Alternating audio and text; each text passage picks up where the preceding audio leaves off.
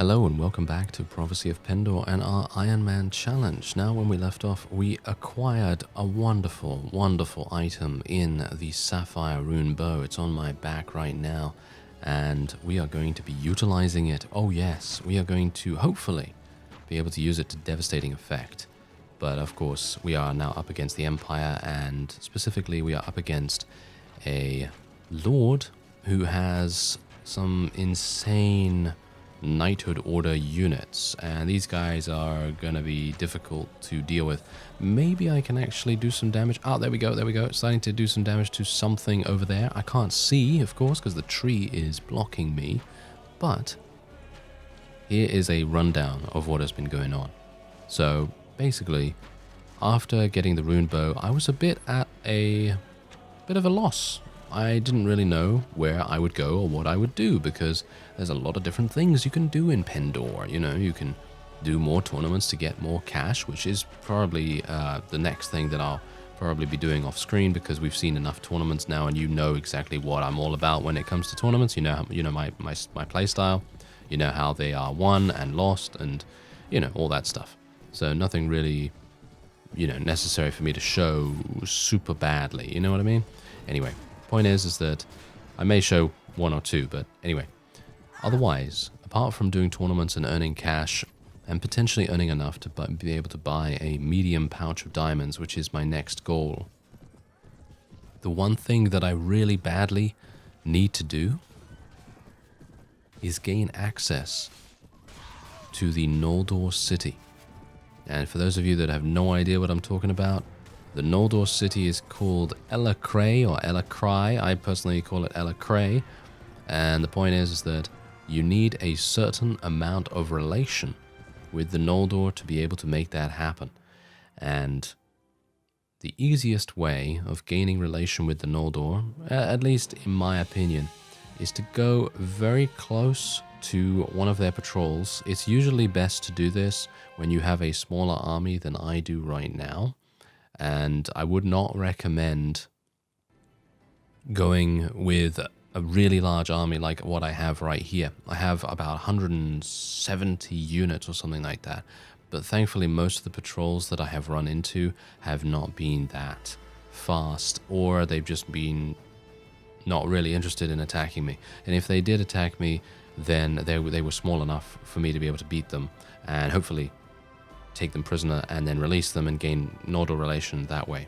So there are basically three ways that you can get Noldor relation: helping them in battles, capturing them like I just said, and releasing them once you have captured them as prisoners. And the third way is by a variety of different books. Who would have thought it, right? You know, gaining knowledge from books? Oh, that's just ludicrous. Yeah, it happens, you know. Anyway, the point is that, yeah, that's what I've been doing. That's literally all I've been doing so far. As you can see right here, I now have +4 Noldor relation with them. And I've literally just been doing this. I've literally just been going in, helping a Noldor patrol in a battle against whoever it might be, whether that be Sarlian, whether that be Empire, whether that be Jatu, anyone. Just helping them and making sure that they achieve the victory. And now we have +4 relation. Also, I did do one tournament, and that enabled me to be able to afford the book from, actually both books from the unique NPCs, Phineas and Brother Randolph. They both have one of these books, and these books increase your Noldor relation with them by 10. And you need, as far as I'm aware, I think you need 30 to be able to see Elacray, but you only need 15 to be able to get QUIGFEN'S quest. And QUIGFEN'S quest is a thing where basically he gives you a quest to go and kill a massive Jatu army, and that's what we're going to be doing in just a second. Also, another way that you can make it work is just literally by following Noldor patrols. I know that some people say that it's actually really difficult to get Noldor relations once they are at neutral or friendly levels. And I don't know whether I'd agree with that, because yeah, it is definitely more difficult to get the Noldor to react to you, you know, because they're just going to ignore you then, you know, they're just going to be like, oh, there's a friendly guy, you know, don't need to worry about him, you know. So that kind of thing is definitely a bit of a problem in some aspects, but I would say in general, I'd much rather have the Noldor doing their own thing, and for me to be able to just follow them around wherever they want to go, and then I just help them with any party that they come across. And it is a lot more, in my opinion, a lot simpler to do that than it is to run away from a Noldor patrol and just hope that they actually attack anything else along their path. Anyway, we're currently in a battle with an Empire vassal here. I have 125 on the battlefield, and I am helping some Noldor once again. We're actually going to have +8 as a result of this, and this is the point. These Noldor were not attacking me at all. I thought to myself, while I'm reading this book, I'm just going to, you know, move around and see what I can do, you know, see what I can do about increasing our Noldor relation even further. And that makes all the sense in the world to me. I think that that is just a great idea. And so what we're going to do is we're probably going to do this battle and then one more just to get 12 relation with the Noldor. And then maybe, just maybe, once I have completed the reading of the 2 books, I'm probably about 15-20% of the way through the first one. I actually did not start reading them because I wanted you to see the 2 books in my inventory before I actually started that, which was a bit of an idiot move on my part, because I probably should have started at least one of them, and then I could have told you about it, but oh well, never mind. Guess it's just it's more of a waste of time for me than it is for you. But anyway, the point is that in general, this is going to be kind of painful for us. These guys are known for their throwing weapons. I'm not entirely sure if this guy has a knighthood order under his command, but if he does, this might be kind of, well, kind of painful. But at least he's not Agathon Legatus, because he has the Iron Circle. And yeah, let me tell you something. I actually attempted to do a tournament in, I think it says, I tried to do a tournament in I think it's, no, that's not the capital, is it? No, Janos is the capital, I believe, of the Empire or something like that. Anyway, the point is that Sez is the home of the Shadow Legion, as far as I remember.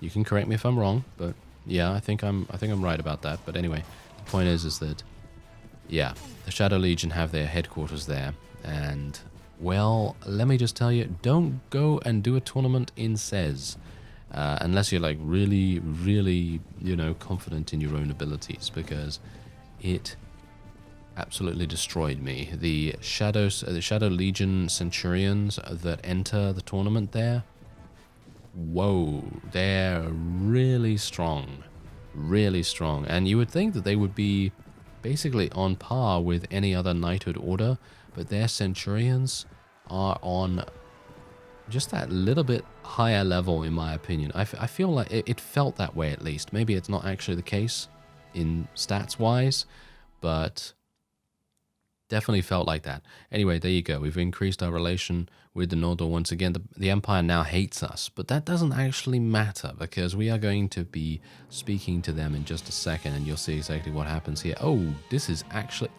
Wait a minute. This guy is a good-natured vassal, and he has no wife. Are you thinking what I'm thinking?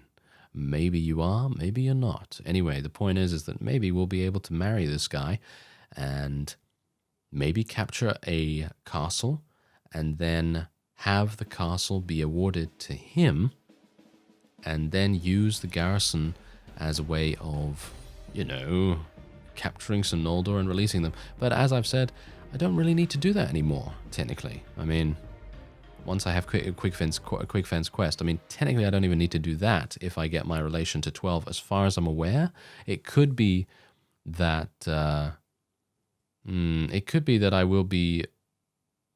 I'm not entirely sure. I think I probably will need to do this quest no matter what, but I suppose we'll see. Anyway, I'm going to let this guy go.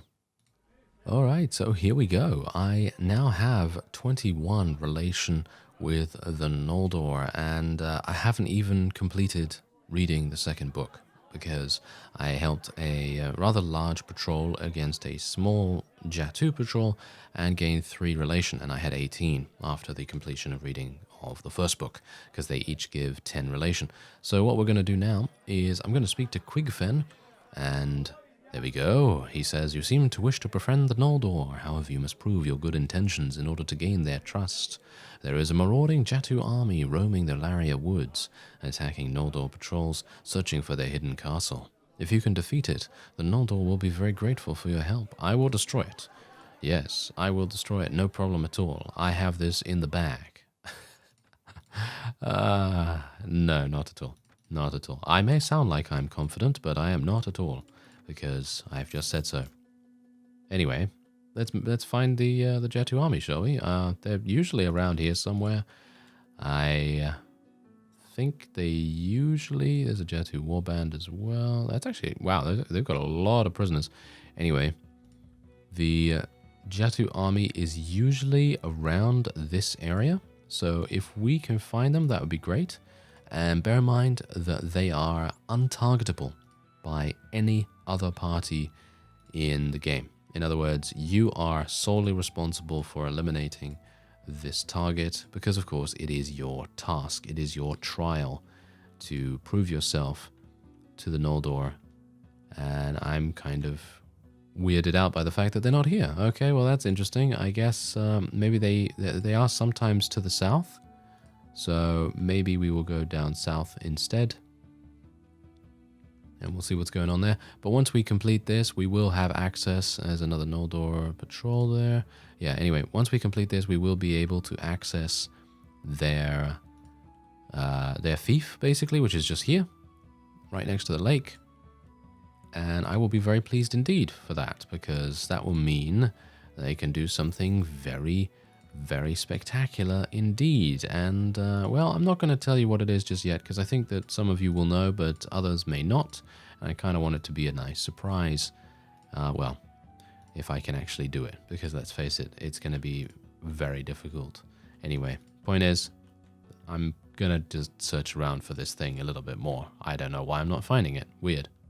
Oh, wow. Okay, so I think that the developers of Pendor have made this particular quest a little bit easier, because I seem to remember that this marauding Jatu army, I could be misremembering here, but it's not been that long since I last played a previous version of Pendor. Anyway, point is that I usually thought they had about 350 units in their army, and I thought, oh, okay, that might be a little bit difficult, but they only have 231. Look at that, only 231. Yeah, so basically these guys apparently make patrol routes all the way around, kind of like the outskirts of Laria Forest. So if you too are searching for the marauding Jatu army, just go in counterclockwise circles around the border, and you should come across them at some point. I was lucky enough to be able to spot them on the very, very extension of my spotting skill, and then we were able to track them down and get them in a battle with us. So let's have a look here. They are actually not aggressive towards us either, by the way. They are not an aggressive party, so they will not chase you or anything like that. They'll just continue on their way, and that's very interesting as well. I believe they used to be aggressive, but I could also be wrong about that. There have been many, many changes, many refinements over the years. Anyway, what we're going to do here is the standard. We're going to do the standard sort of thing. I'm going to just let my infantry stay out the front there. They're going to just take the initial brunt of the damage. And we're going to see what the horse archers of the opponent decide to do, because they're going to be kind of difficult for us to deal with. If they might just go into the wall there, which would be pretty good. As you can see, we are absolutely murdering everyone at the front there, which is really, really nice. And I think we're going to tell our cavalry to charge in now, because here's the thing. I could have used the horse wall. It definitely would have made sense. But I thought to myself, why use the horse wall when the Jatu are just going to horse wall themselves? If you see what I mean. Look at their many, many horses there. They basically all charged into that very small area of infantry, which is exactly the reason why I put them out the front there by themselves, because they're all going to then stockpile themselves up into that one little area, and it's going to create a sort of, well, traffic jam sort of effect. And that also kind of makes it a little bit easier for us to achieve a victory without having to do a dramatic formation of any kind, because let's just face this, incredibly obvious fact. The Jatu are really, really fast when it comes to attacking. They really are very aggressive. They like to charge in as soon as possible. And getting a horse wall in formation, especially if you are in this kind of positioning, where you're going to have some difficulties actually getting your cavalry into position and then dismounting. This all takes a lot of time, and well, that's just the time I didn't have. So that's generally a reason why I decided to do it the other way. But otherwise, yeah, the Sapphire Rune Bow. Sapphire Rune Bow is a fantastic weapon. Unfortunately, I do not have any horse archer skill, so it is kind of bad when I'm on a mount. So it is probably not something I'm going to be able to use to such, well, devastating effect as I would want to, obviously, because it is amazing. I kind of want to do it justice, and so using it on a horse is just not very good at the moment for me, which is really quite sad, to be honest, because I love the weapon. It's really fast, and it has a decent amount of accuracy, and you know what's going to happen. As we get more and more proficiency, I'm talking about maybe 300 or so archery proficiency, I will then be able to use this bow at basically, 100% accuracy, because the proficiency makes it so much easier for you to be accurate, and that's the whole point. The accuracy of the bow doesn't necessarily matter in the grand scheme of things. It really just depends on how good your proficiencies actually are. So that's kind of a thing that you got to take into account. Like when I'm complaining about the Strange Rune Bow, for example, having only 88 accuracy, yeah, that's just because my proficiency is so bad that the bow is not really that accurate. Whereas if you had, well, 500 proficiency or something crazy like that, then you probably wouldn't have that bad a time with the Strange Rune Bow. It would be fine, it would be an absolutely fine weapon to use. Probably wouldn't be that inaccurate. I think it might still be a little bit inaccurate at 500, but obviously it's very rare that I actually end up with 500 proficiency, if at all. So bear that in mind. Otherwise, I think we're actually going to be victorious here. We've lost a couple of units, but that is to be expected against such a large army of lance-wielding maniacs, I guess you could call them. And otherwise, I think we just have horse archers remaining, so all we need to do is take out their horses, and that will be a foregone conclusion. But of course, I'm gonna use my bow a little bit. You saw me use my bow just a little bit there. Not right then when I shot that guy from basically point blank range, but when I sniped that other guy, yeah, you saw that. So I thought it was pretty good. It's not too bad. But yeah, you can see here that our accuracy on a mount is not bad, actually. It's okay, it's much better than it used to be with the Strange Rune Bow, and I can actually do something with it.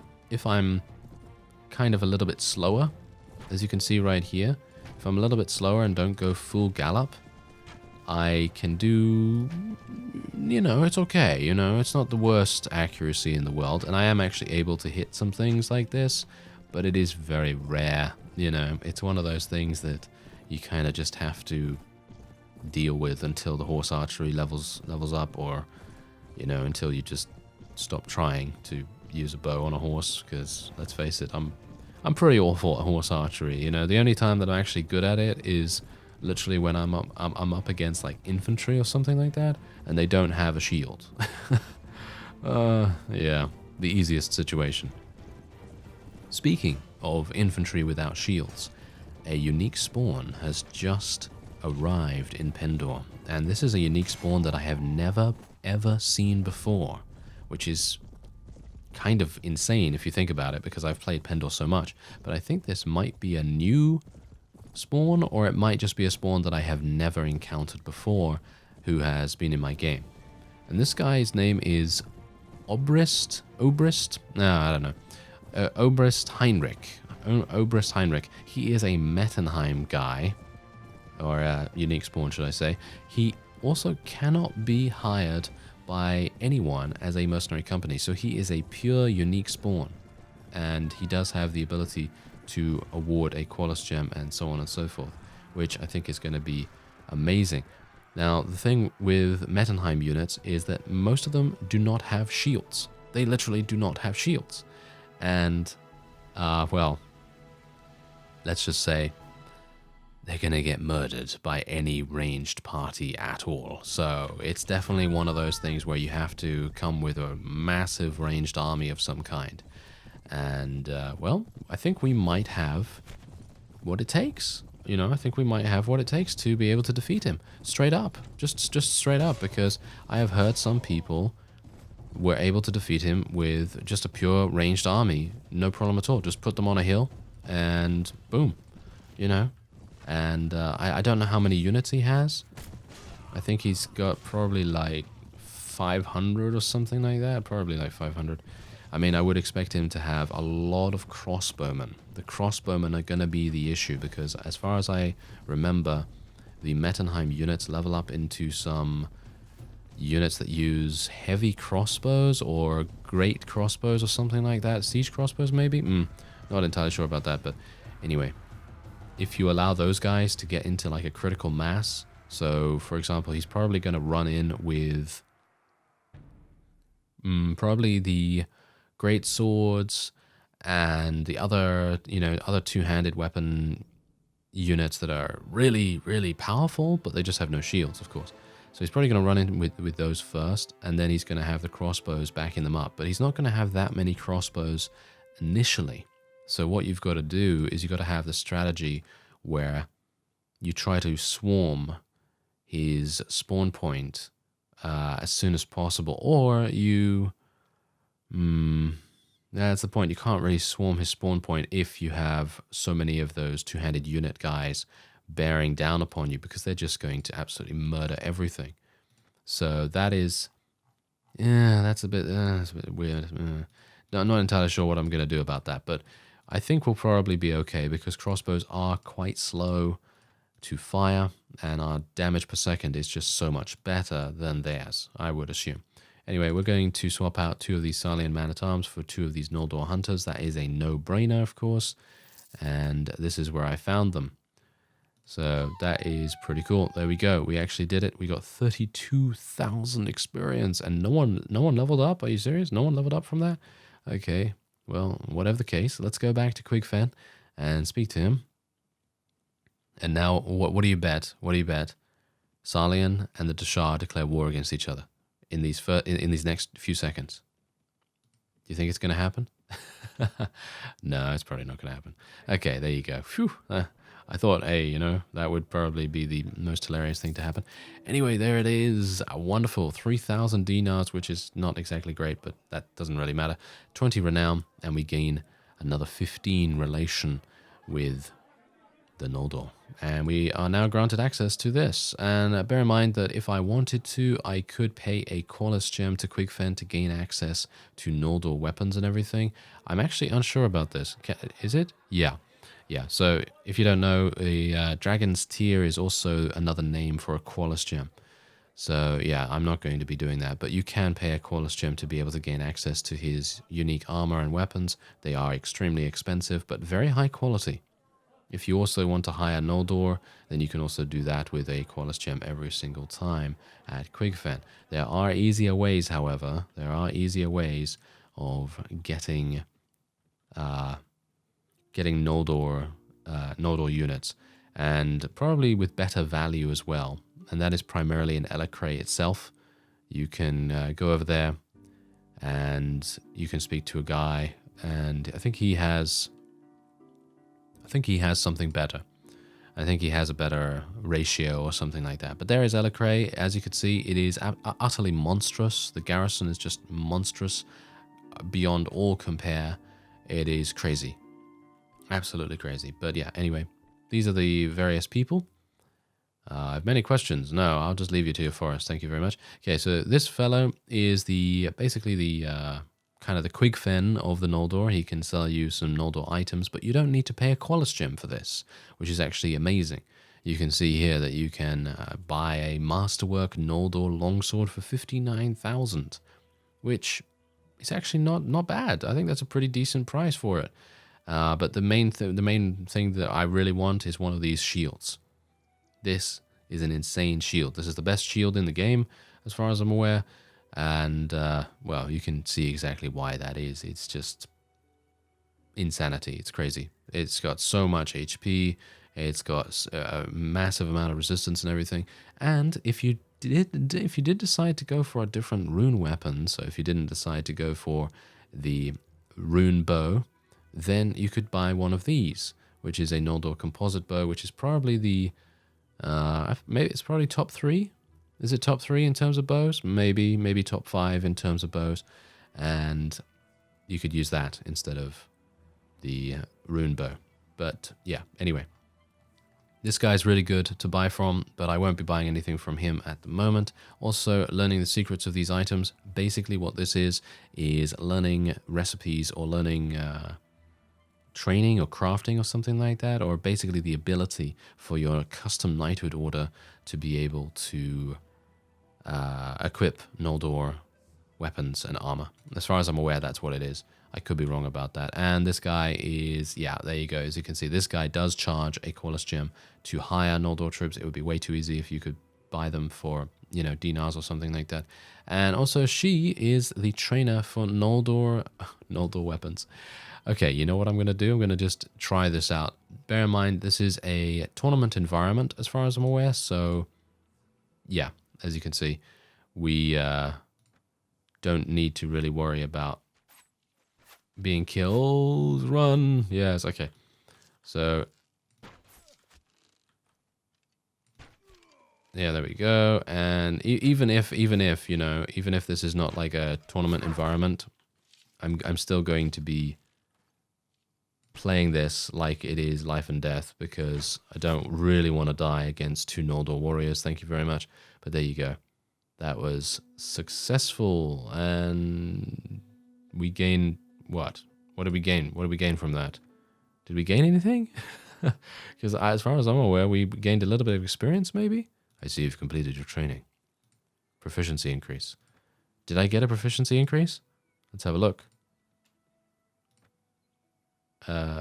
No, I didn't get any proficiency increase, but maybe I gained some weapon points. That might be it. Oh well. Whatever the case, I'm going to be speccing once more into intelligence. I'm actually thinking of speccing into charisma some more, but I'm thinking, well, oh, should I? No, yeah, maybe?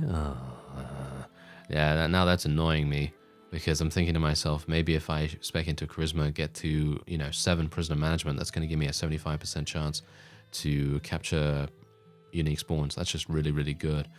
But otherwise, what else do I have here to spec into? Athletics, horse archery, weapon master. I could spec into power draw or power strike, but no, really. Maybe I should just spec into weapon master, even though that is kind of pointless, because as you can see, I do have 121 weapon points, but I am going to need 1, 2, 3, 4, 5, 6 points in weapon master to be able to spec any points into archery. It does make it easier to learn, though. I'm just going to go with... should I just go for horse archery? Let's just go for horse archery. I don't know.